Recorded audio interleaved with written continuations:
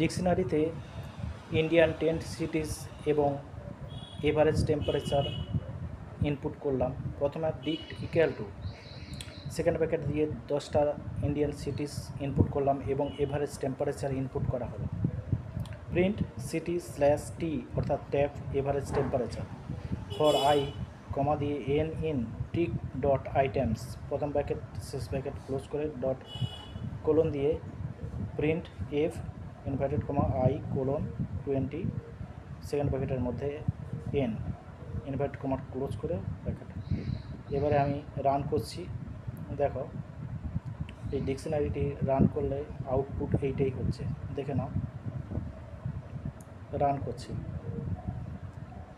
দেখে নাও। প্রথমে সিটিস 10টা ইন্ডিয়ান সিটিস দেখাবে এবং এভারেজ টেম্পারেচার ডান সাইডে দেখাবে, উপরে প্রোগ্রাম এবং নিচে হচ্ছে আউটপুট। দেখে নাও ভালো করে।